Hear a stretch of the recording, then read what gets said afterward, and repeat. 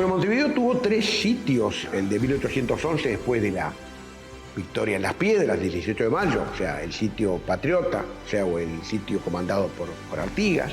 Luego, en 1825, en lo que es el proceso de independencia, que culmina con la independencia del Uruguay.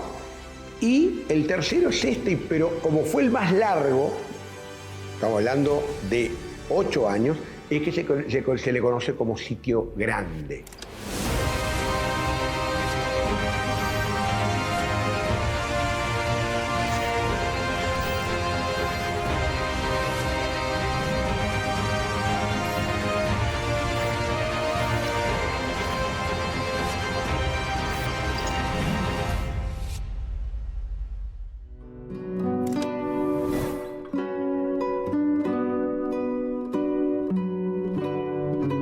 El Uruguay era un país muy precario, 74.000 habitantes se calculaba, no había en ese momento mediciones, 14.000 en Montevideo, no había caminos, ¿no? O sea, aquellas primeras elecciones eran elecciones, ¿no?, muy desorganizadas, en donde era muy fácil, por ejemplo, generar fraude, porque solamente no había credenciales. Eso va a ser luego la fundación de la Corte Electoral del siglo XX.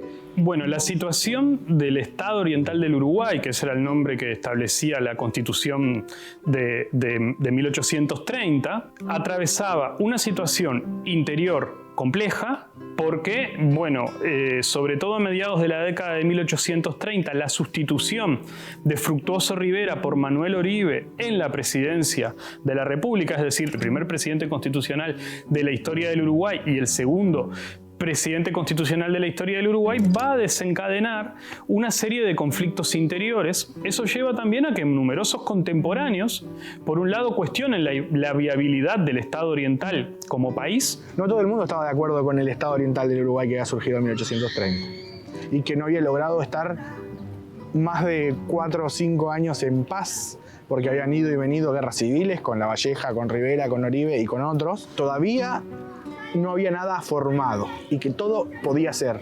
Incluso había varias personas de las élites regionales en Montevideo, en Río de Janeiro, en Buenos Aires, pero también en otros lugares, que pugnaban por un cambio.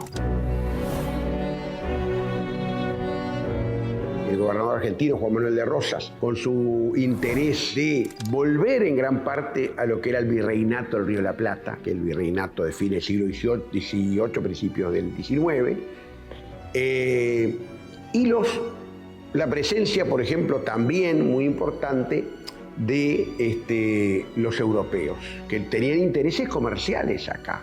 Las potencias de aquella época eran Inglaterra y, por otro lado, Francia, que tenía al mando a un rey que se le llamaba el rey burgués, Luis Felipe de Orleans. Y Luis Felipe trató de seguir ese impulso imperialista que ya lo había comenzado en Inglaterra. Entre sus intereses estaba conquistar la región de América del Sur, en particular la Cuenca del Plata. Ambas potencias pretendían lo que nosotros llamaríamos hoy un TLC, un tratado de libre comercio que les favoreciera introduciendo mercaderías de la Revolución Industrial y arruinando las producciones locales, que eran mayoritariamente artesanales en aquella época.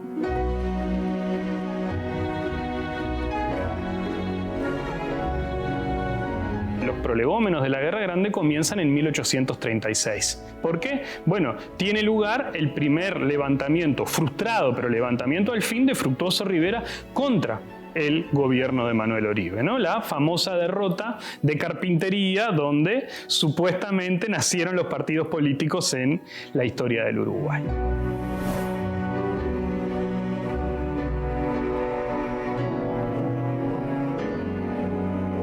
Se usan esos bandos más que nada para distinguirlos, ¿no? Que en ese momento eran blanco y celeste, después el celeste se desteñía y se confundía con el blanco, y se va a usar el colorado, ¿no?, de el forro de los ponchos, ¿no? Y eso es muy interesante porque va a empezar a mostrar cada uno su perfil, ¿no? O sea, el Partido Colorado más afecto a las ideas liberales, un partido que era más de ciudad, más europeizado, y el Partido Blanco o la divisa blanca era visto como representante de los intereses del campo, ¿no? O más bien rurales, era más bien americanista. Rivera entonces es vencido en la batalla esta de Carpintería, pero luego reúne fuerzas, se enfrenta de vuelta al ejército oribista en la batalla de Palmar y Oribe es vencido. Estamos entonces ya en el momento en que le obligan a Oribe a resignar el mando. Él dice siempre que él va a seguir siendo el presidente de la República.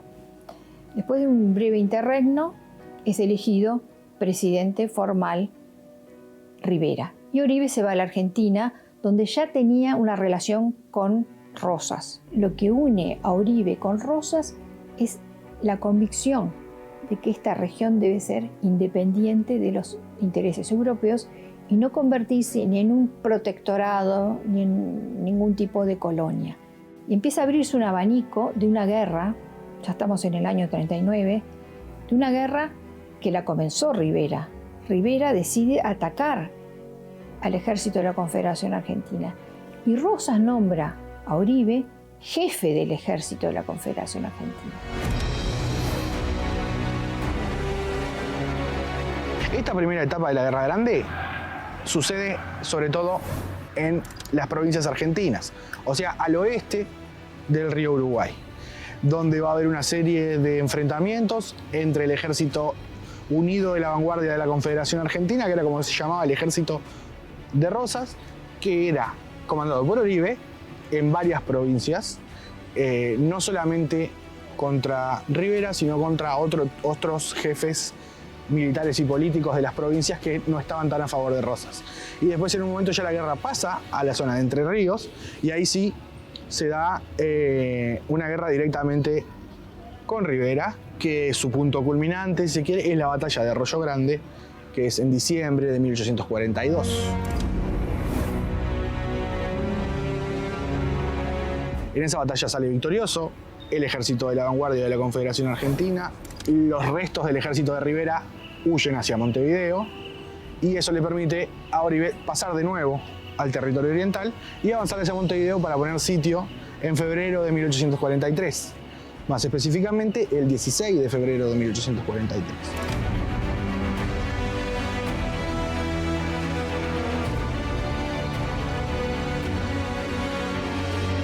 A partir de ahí empieza esta segunda etapa de la Guerra Grande, que es la del sitio de Montevideo, en el cual vamos a tener en el territorio del Estado Oriental dos gobiernos que se asumen legítimos y que tienen apoyos internacionales.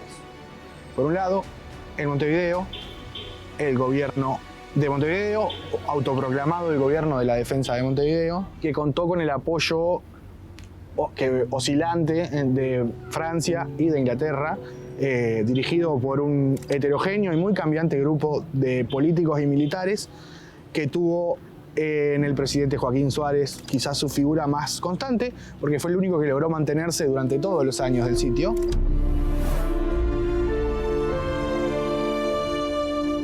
Joaquín Suárez era un patriota, había participado de la independencia.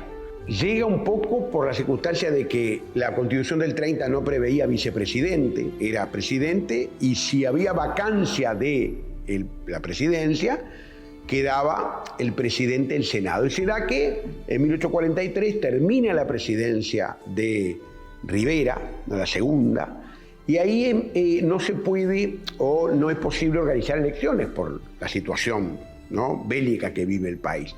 Ya se prefiguraba aquello que se da sobre todo en la segunda mitad del siglo XIX, que es la división de los bandos entre caudillos y doctores. Y Rivera era un hombre de acción, era un militar, no de carrera, porque no había militares de carrera, pero Rivera defendía ese accionar mucho más pragmático de los caudillos.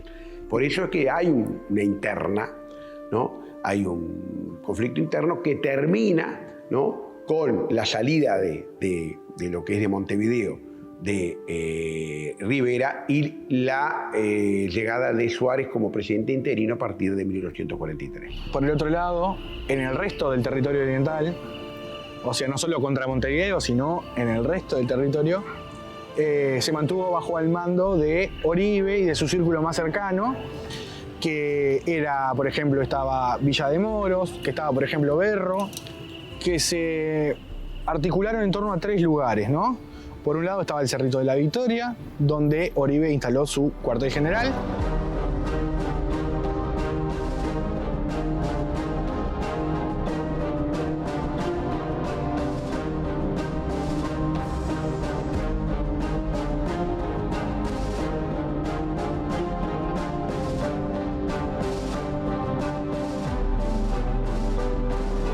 Estamos en el barrio Cerrito de la Victoria, que toma su nombre de 1812, cuando las fuerzas patriotas en este lugar vencen a las fuerzas españolas.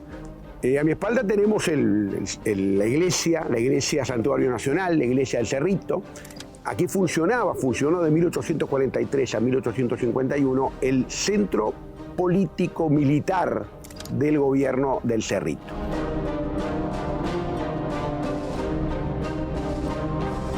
Y aquí era el lugar en donde Manuel Oribe, en la época del Sitio Grande, controlaba la ciudad. Hay que tener en cuenta que la ciudad era muy distinta, no había elevaciones. Y desde un mirador de Pino Blanco, en donde hoy está precisamente esta iglesia, subía con un catalejo y desde allí estaba controlando lo que pasaba con la ciudad. Y no solo eso, estaba esperando recibir mensajes con un código de espías que tenía en la ciudad, que en distintas casas con apertura y cierre de ventanas, con banderas, le iban dando en un lenguaje mensajes, o sea, una especie de espionaje militar que hacían en ese momento. En este entorno yo diría que era donde militarmente Oribe iba moviendo sus piezas para ver qué iba haciendo en esos 8 años en los cuales estuvo aquí comandando precisamente el gobierno del Cerrito.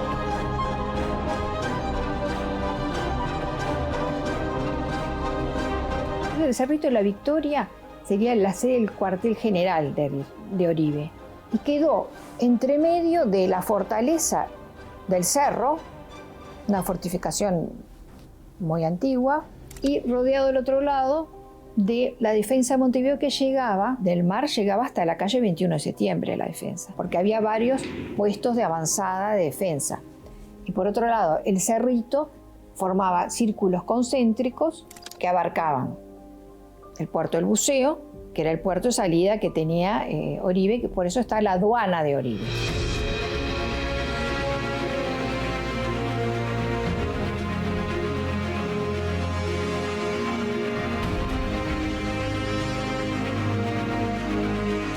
Estamos en la Rambla del Buceo. Esta zona de Montevideo tiene su nombre en virtud de la búsqueda de tesoros que se daban en la hoy capital uruguaya hacia fines del siglo XVIII. Bueno, y en aquel Montevideo, ¿no?, ya instalada la Guerra Grande, hacia 1843, el gobierno del Cerrito necesita un puerto, porque el puerto de Montevideo estaba bajo el sector de la defensa. Y es por eso que se piensa en este lugar, se construye este edificio que es la aduana de Oribe, precisamente, hoy se conoce como aduana de Oribe.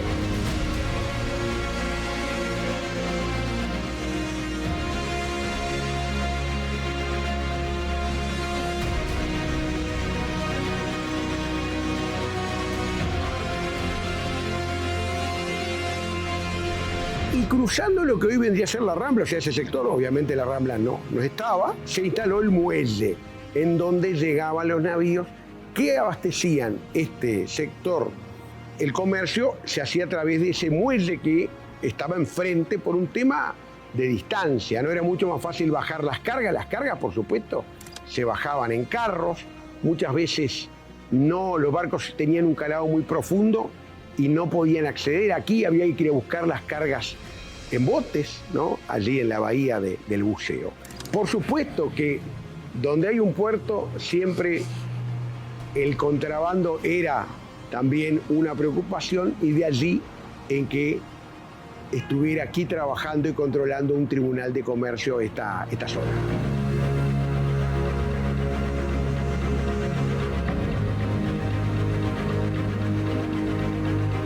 La vida en el sector es la que es habitual en los puertos. Van a irse instalando distintos edificios. Se dice que hasta un hotel llegó a tener este lugar. Y un censo de 1848-49 habla de 1.000 personas en este lugar. Un lugar fundamental para el ingreso de mercaderías de todo lo que era el gobierno de Cerrito.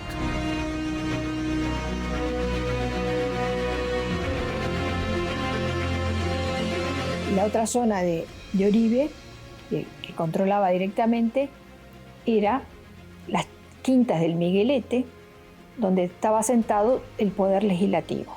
El poder legislativo y parte del poder judicial. Del caserío del Cardal, como le llamaban. Le llamaban Cardal porque más o menos hasta la altura de Avenida Italia, los dos lados del camino estaban rodeados de cardos que llegaban a tapar la altura de un hombre, que después se le llamó durante el sitio Villa Restauración, en honor a Juan Manuel de Rosas, el restaurador. Él se autodenominaba el restaurador.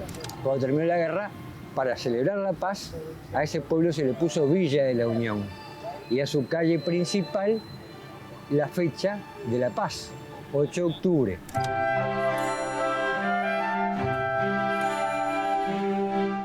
El Cerrito y la Unión tienen una calle que los une, que es el antiguo camino del campamento, se llamaba así en la época de la Guerra Grande, porque desde la Unión, que llamaba Villa Restauración, que era el centro comercial administrativo del gobierno de Cerrito, ¿no? El camino que llegaba hasta acá era precisamente el del campamento, luego va a ser la calle de la Industria y luego va a ser José Cerrato, que es el nombre actual en homenaje a un expresidente de la República.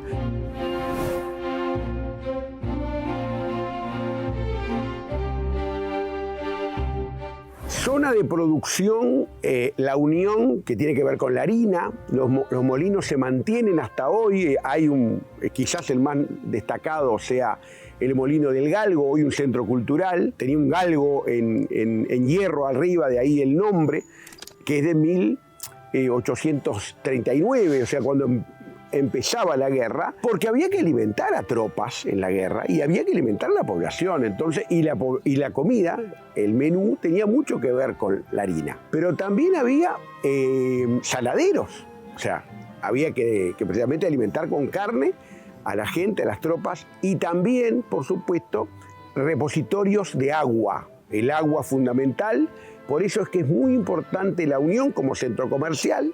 Pero era claro de que ese sistema se articulaba, el buceo, la Unión y el Cerrito, una especie de sistema territorial de lo que era el sitio de Montevideo, que contrastaba con la defensa, porque la defensa era más solo la ciudad vieja actual.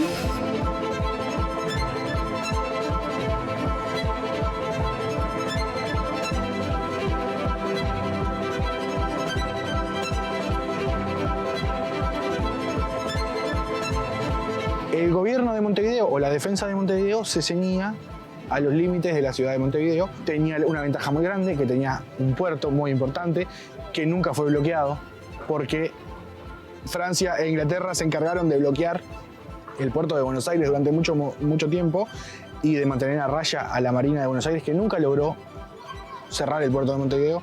Entonces Montevideo seguía abierto al mundo, comerciaba, lograba que las cosas entraran y salieran, y eso durante mucho tiempo los mantuvo vivos.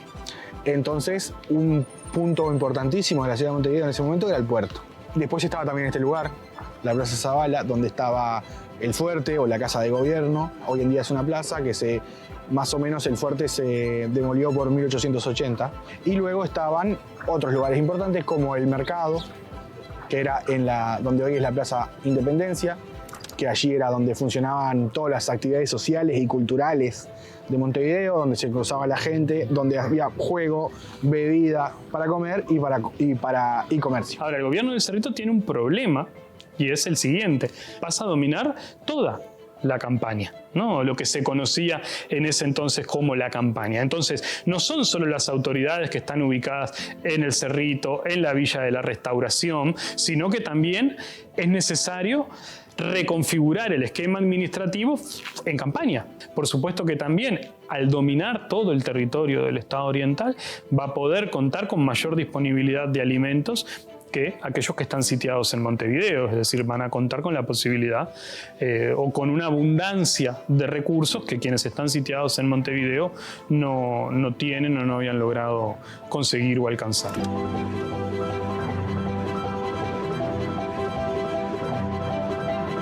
Se podría decir que la etapa más dura o más férrea del sitio de la ciudad se da sobre todo en los primeros 4 años, digamos, ¿no? Es decir, entre 1843 y 1846-47, donde en efecto es un sitio en el cual, por ejemplo, las personas que quieren salir de la ciudad o precisan una autorización o se tienen que escapar. O es un sitio en el cual hay una intención deliberada de desabastecer a la ciudad, ¿sí?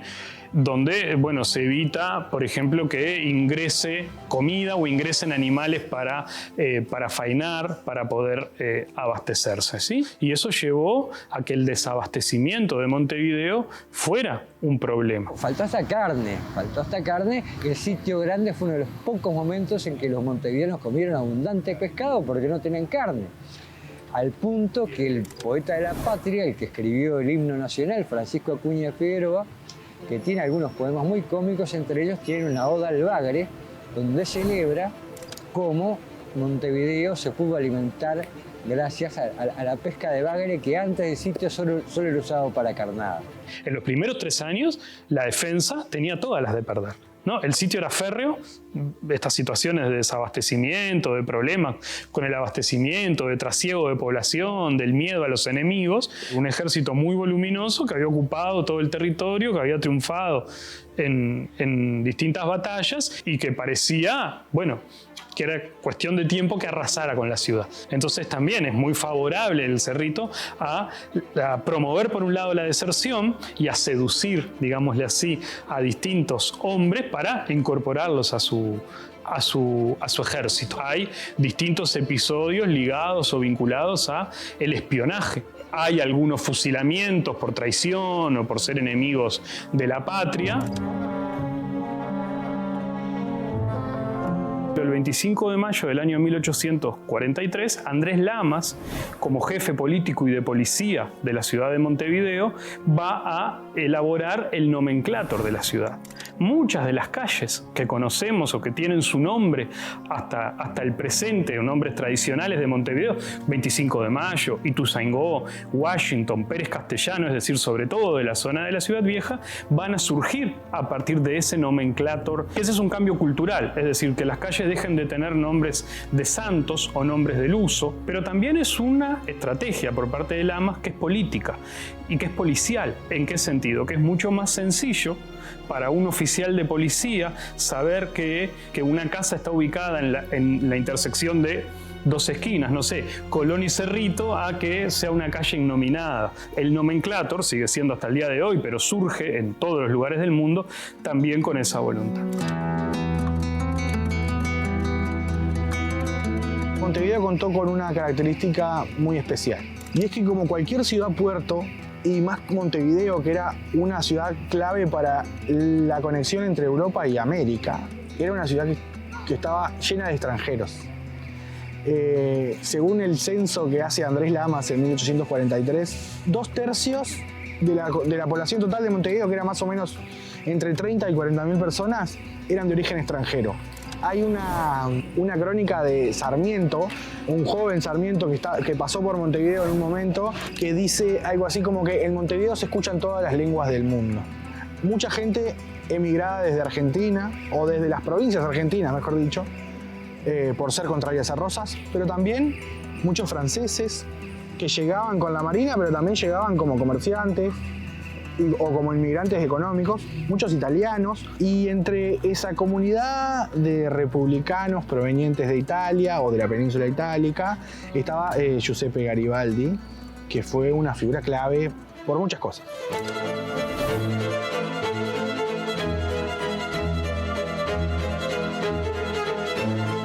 Garibaldi había nacido más o menos en la década del 1800 hijo de una familia y nieto de una familia de marineros.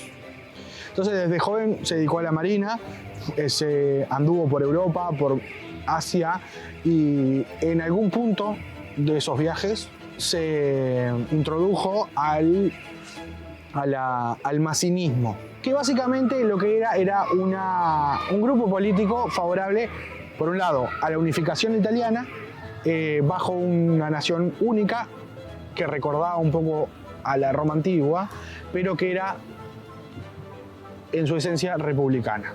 También liberal, amiga del comercio, pero sobre todo republicana.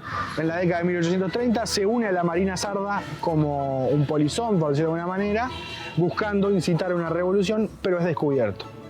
Y en ese momento, cuando vos eras descubierto como revolucionario o como traidor a la patria, por decirlo de alguna manera, tenías dos opciones: o te mataban o te exiliabas.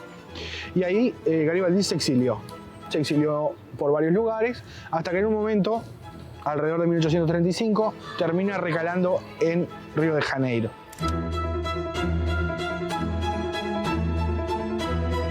Participa de la etapa de mayor expansión de la guerra entre Río Grande y el Imperio del Brasil, y después también participa de la retirada de la República de Río Grande entre 1837, 38 y 39. Conoce a Ana Ribeiro, quien posteriormente será conocida como Anita Garibaldi, y en 1840 nace su primer hijo. Entonces, ahí, teniendo un hijo y estando un poco en retroceso, deciden irse a un lugar más pacífico, o aparentemente más pacífico, que era Montevideo. Pero bueno, llegó en plena guerra. Si bien la guerra todavía se seguía peleando en las provincias argentinas, a los pocos meses de su llegada, Montevideo va a ser sitiada. En ese interín es alojado por sus amigos de la joven Italia y rápidamente empieza a establecer contactos con la gente del gobierno, porque compartían estas ideas republicanas y liberales. Entonces se hizo muy amigo de Melchor Pacheco Lloves, que era el ministro de Guerra, con Andrés Lamas. También en esos años Garibaldi, como marino, empieza a trabajar en la Marina de Montevideo. Primero como oficial de poca monta y después, gracias a su capacidad, a su carisma y a sus amistades, asciende rápidamente a ser capitán de embarcación y hasta ser comandante de toda la flotilla de Montevideo.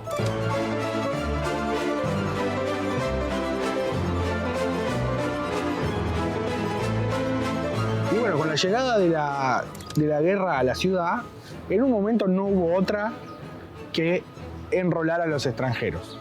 Pero no se los enroló dentro del ejército, sino que se crearon una serie de cuerpos milicianos que se juntaron por grupos nacionales. En estos grupos milicianos que llamaron legiones extranjeras.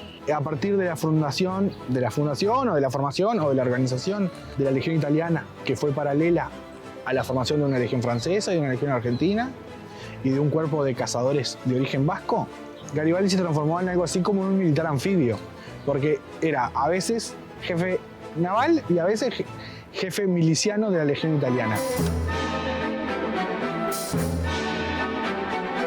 Ahí en 2-3 de junio de 1843 se da una batalla que se llamó la Batalla del Cerro, que implicó un ataque desde Montevideo o desde la bahía de Montevideo, sorpresa, por la noche, a una tropa de Oribe que estaba establecida en el arroyo Miguelete.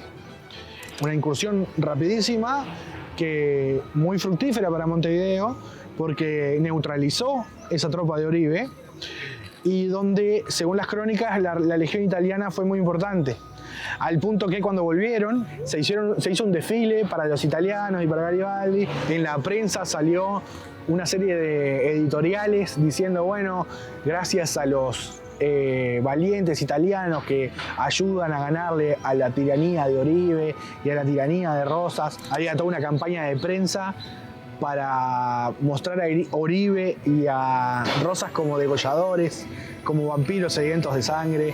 Y bueno, y todo ese tipo de cosas sirvieron para posicionar a la Legión Italiana como una tropa muy fuerte dentro de Montevideo. porque se caracterizaba porque sus integrantes eran muy valientes, porque no tenían miedo a nada, y sobre todo porque todos respondían a Garibaldi.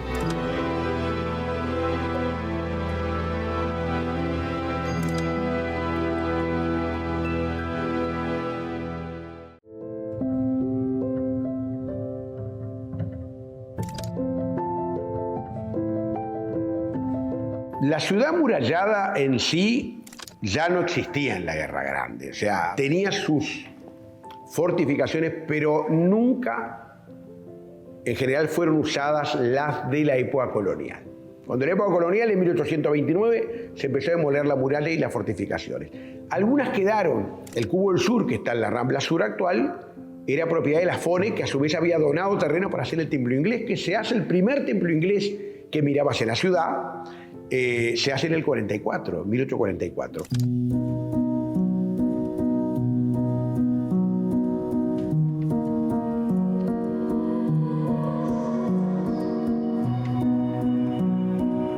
Estamos dentro de la Catedral Anglicana de la Santísima Trinidad, aquí en la ciudad de Montevideo, en plena ciudad.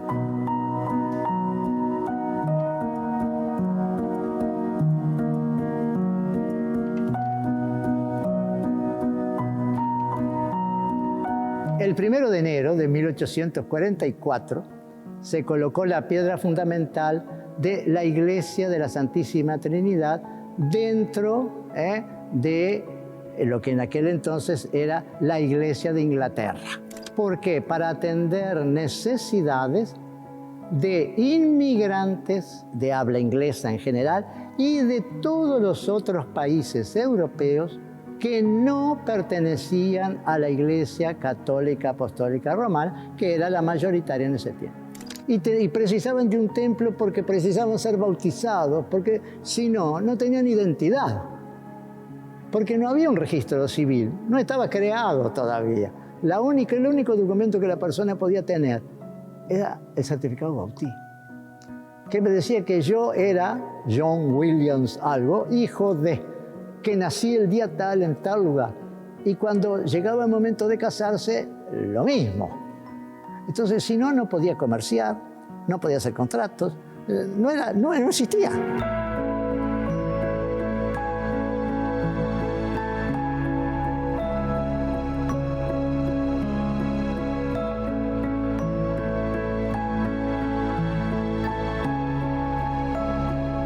La Constitución uruguaya de 1830 establecía que la religión oficial del Estado era la católica apostólica romana. ¿Y qué significaba eso? Que no podía haber otra. Pero las razones políticas, las razones de Estado en aquel momento llevaron a que eso no fuese tomado en cuenta. ¿Por qué? Porque el gobierno de la defensa dependía económicamente para su defensa, con la flota anglo-francesa en el puerto, que era lo único que le daba vida a la ciudad de Montevideo.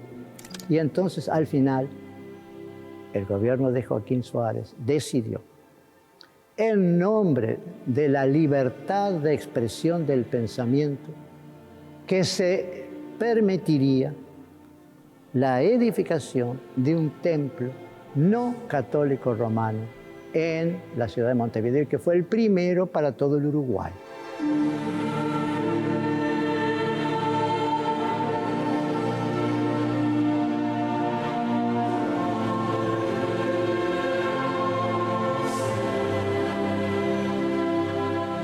Enfrente nuestro tenemos el primer libro de bautismos celebrados en este templo. Tiene su primer asiento de registro el día 22 de diciembre de 1842. Se bautizó un niño, James Henry, y que los nombres de sus padres eran también James Hargreaves y Áñez, y el apellido Nuttall. Y la profesión del padre del niño era comerciante, merchant.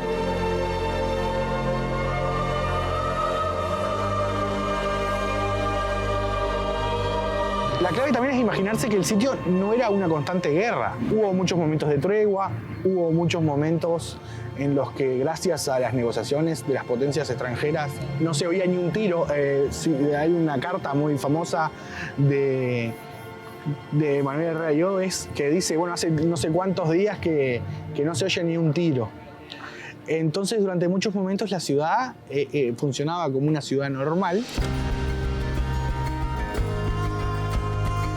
Durante el sitio grande, un fenómeno que ocurrió, por ejemplo, es que muchas familias quedaron de un lado y otro de la barrera, digamos. Por supuesto que, a ver, las madres querían tener contacto con los hijos querían tener contacto con los padres. Hay un contacto frecuente entre el Cerrito y la defensa. La ciudad sitiada tenía dificultades para conseguir, por ejemplo, alimentos. Para conseguir, hay que tener en cuenta, por ejemplo, fruta y verdura venía de Paso Molino y del Prado. Y ese era territorio sitiado, ¿no? Se daban algunas veces encuentros, ¿no? En esos encuentros fronterizos había un intercambio, las familias llevaban un libro de un lado y del otro lado, yo qué sé, una gallina, ¿no? O un alimento que escaseaba en la ciudad sitiada.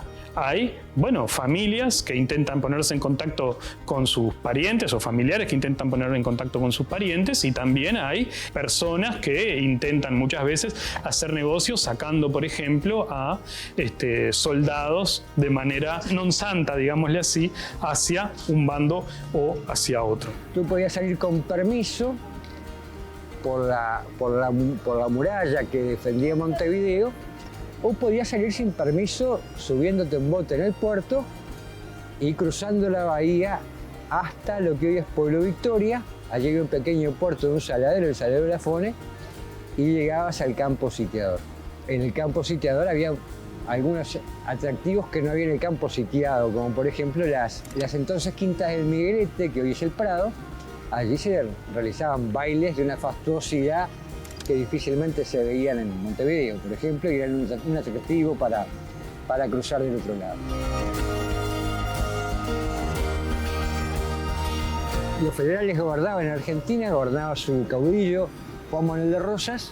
Entonces los unitarios eran perseguidos y se habían venido a Montevideo y aliado con los colorados. Era un tiempo en que las batallas políticas eran salvajes y desembocaban en la guerra en cualquier momento.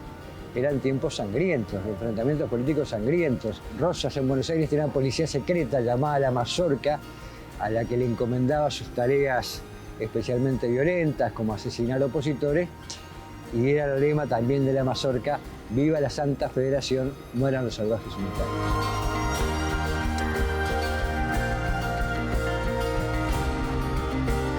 El sitio grande de Montevideo también genera un florecimiento cultural impresionante. Esto tiene que ver con, sobre todo, la inmigración de la generación del 37, de la generación de 1837, mayoritariamente bonaerense, que se exilia por ser antirrocista en Montevideo. Y ahí llegan algunos de los intelectuales más destacados de la primera mitad del siglo XIX y de la segunda mitad del siglo XIX en algunos de los casos, siendo el más destacado de todos Domingo Faustino Sarmiento, que va a terminar siendo presidente de la República Argentina, ¿no? Es decir, de Argentina unificada. Pero además de Sarmiento viene Esteban Echeverría, José Mármol, viene Félix Frías, viene Florencio Varela, el tío de José Pedro Varela. Entonces hay un florecimiento cultural que se mezcla con los jóvenes locales, ¿no?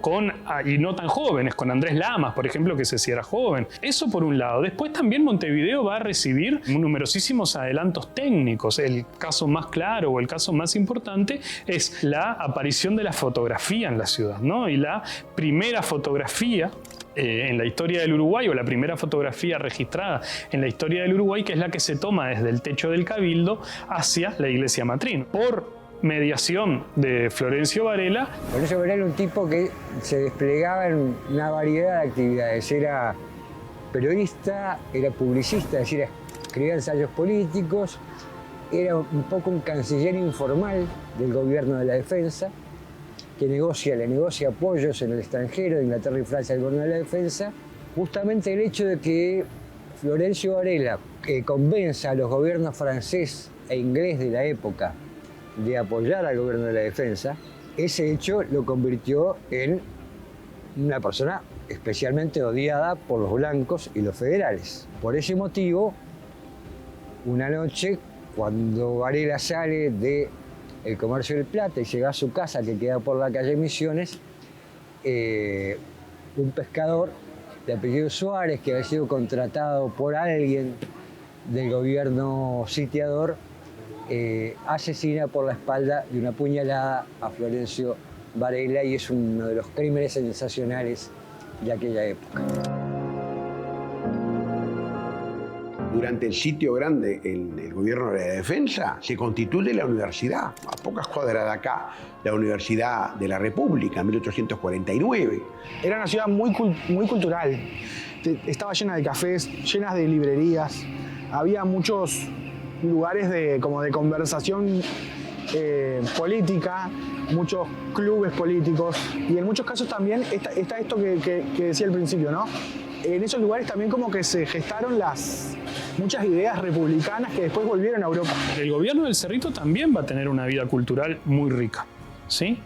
Para empezar, porque Manuel Oribe tenía, digamos, una formación no solo militar, sino también intelectual muy sólida. También en el gobierno del Cerrito va a haber algunas de las figuras, van a recalar algunas de las figuras intelectuales más destacadas del siglo XIX. Entre ellos, Berro, ¿sí? Que luego va a ocupar, digamos, después de la Guerra Grande, también roles protagónicos en la vida política del Uruguay. También en el gobierno del Cerrito va a recalar José María Reyes, que es a quien le debemos desde 1834 el primer mapa del territorio del Uruguay, que fija, digamos, en el imaginario esa idea del Uruguay tal como la tenemos hoy, como la aprendimos todos en la escuela. Entonces, ese clima cultural importante también está presente en el Cerrito.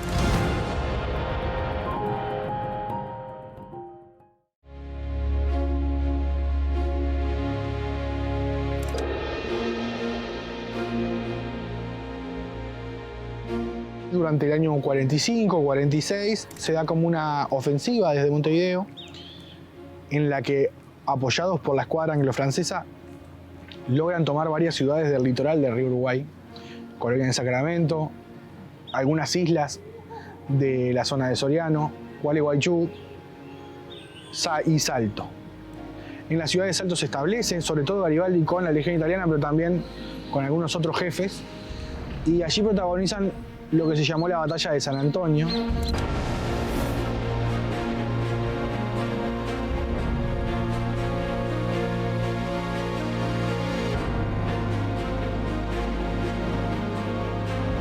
Una batalla en la cual fue un poco sorpresiva porque en realidad no se la esperaban.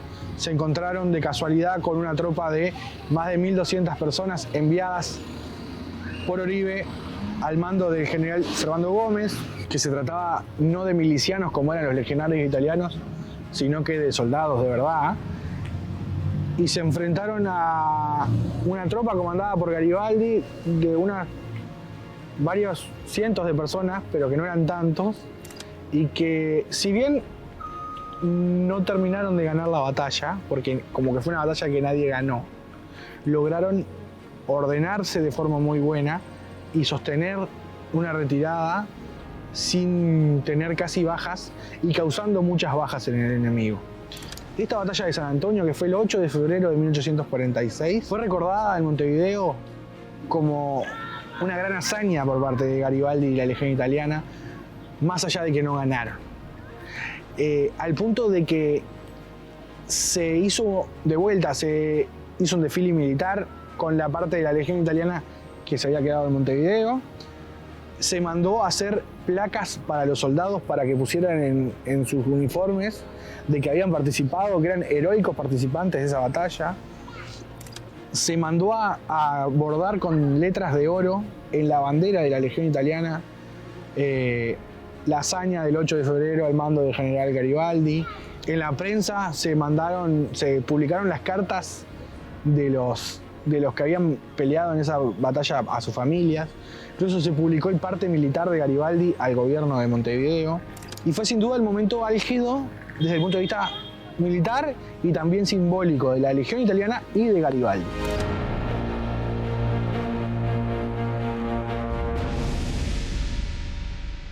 En un momento la guerra se había prolongado mucho, ya habían empezado grupos dentro del gobierno de Montevideo y también dentro del gobierno del Cerrito que empezaban a ver con buenos ojos la posibilidad de lograr la paz entre las dos partes.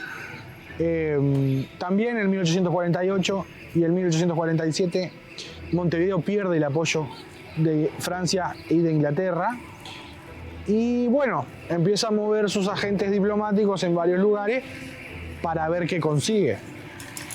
Y ahí aparece el Imperio de Brasil como un posible aliado. También al mismo tiempo, el Entre Ríos, Urquiza, se da vuelta y ya no apoya a Rosas, sino que empieza a reivindicar su propio liderazgo. ¿Por qué se rebela? Porque Rosas protegía los ríos, pero no dejaba desarrollarse al interior argentino en la libre navegación. O sea, que es como que Urquiza en realidad parecía que estaba más afín con el libre comercio. O sea, Urquiza lo traicionó a Rosas y Oribe se mantuvo fiel a Rosas. Manuel Herrera Lloves logra hacer un acuerdo con Urquiza para ponerse en contra de Rosas y por ende en contra de Oribe, y Andrés Lamas convence al Imperio de Brasil para firmar una serie de tratados que marquen una alianza de Montevideo y Brasil contra Rosas.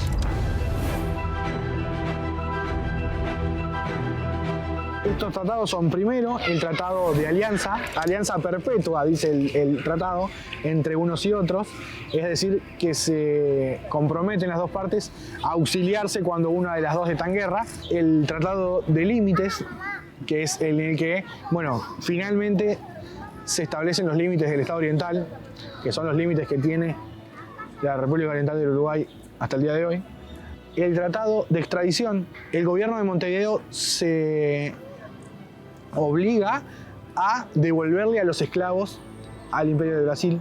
O sea que una república que había abolido la esclavitud se compromete a devolverle a los esclavos al Imperio de Brasil, donde iban a volver a ser esclavos. Y el punto que más le interesaba a Brasil luego de recuperar a los esclavos, que es obtener la libre navegación del río Uruguay y de sus afluentes. Con la firma de esos tratados, el Imperio de Brasil se transforma en aliado de Montevideo, que también se transforma en aliado de Urquiza. Entonces, en ese momento, encierran a Oribe, que ahora Oribe no solamente tenía que pelear contra Montevideo, sino que tenía que pelear contra Urquiza y contra el Imperio de Brasil. La paz del 8 de octubre de 1851 se firma en ese contexto en que se aprecia ya la derrota militar de Oribe y el ejército federal que se encontraba en nuestras tierras, que tiene que rendirse y levantar el sitio. Se firma en el sentido de que no habrá ni vencidos ni vencedores. O sea, ese es el lema, la consigna. ¿Qué quería decir? Que Oribe no se aceptaba como perdedor. Los dos terminaban en pie de igualdad. Esta paz también decía que el gobierno de Montevideo se asumía como gobierno de todo el territorio, que se iban a llamar a elecciones y bueno, pautó las bases para volver a tener un gobierno en el territorio oriental. Y esto culmina con la derrota definitiva de Rosas en la batalla de Monte Caseros.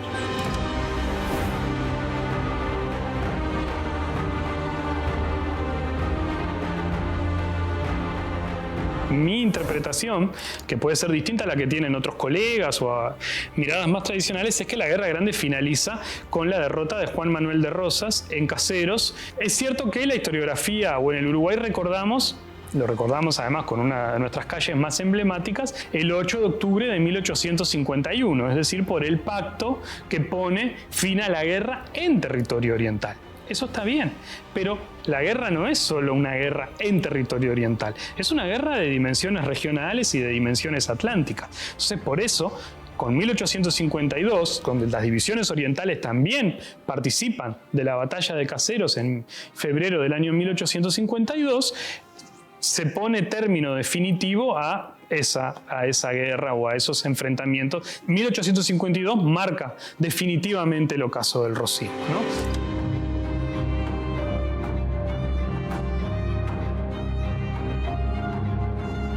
La guerra significó una derrota militar para Oribe y para Rosas.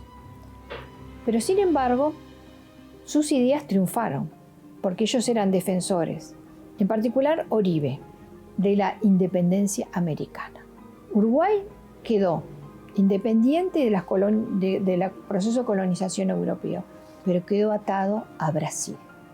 Y ese costo de estar atado con Brasil le lleva al proceso que estalló en los años 1864 y 65, cuando el presidente Atanasio Aguirre quema en la plaza pública los tratados del 51.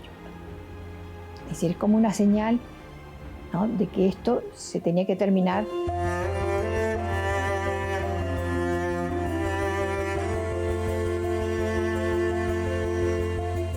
La importancia del Sitio Grande en la historia del Uruguay es múltiple. Por un lado, dejó esa sociedad cosmopolita, ¿no?, sobre todo en Montevideo, a la que vinieron integrantes de distintas colectividades nacionales, sobre todo europeas. Hoy tenemos tradiciones, digamos, italianas, francesas, suizas, que tienen que ver con la migración que tuvo lugar en este periodo. Después la Guerra Grande tuvo una importancia muy fuerte en la constitución de identidades. Si hoy hablamos de Partido Colorado, si hoy hablamos de Partido Nacional, surgen esas colectividades o las distintas ramas que luego van a desencadenar o se van a derivar en esas colectividades en este periodo. Y también deja algunos debes, es decir, la unidad nacional, por ejemplo, bueno, ¿qué precisa para ser un país? Precisa unidad nacional.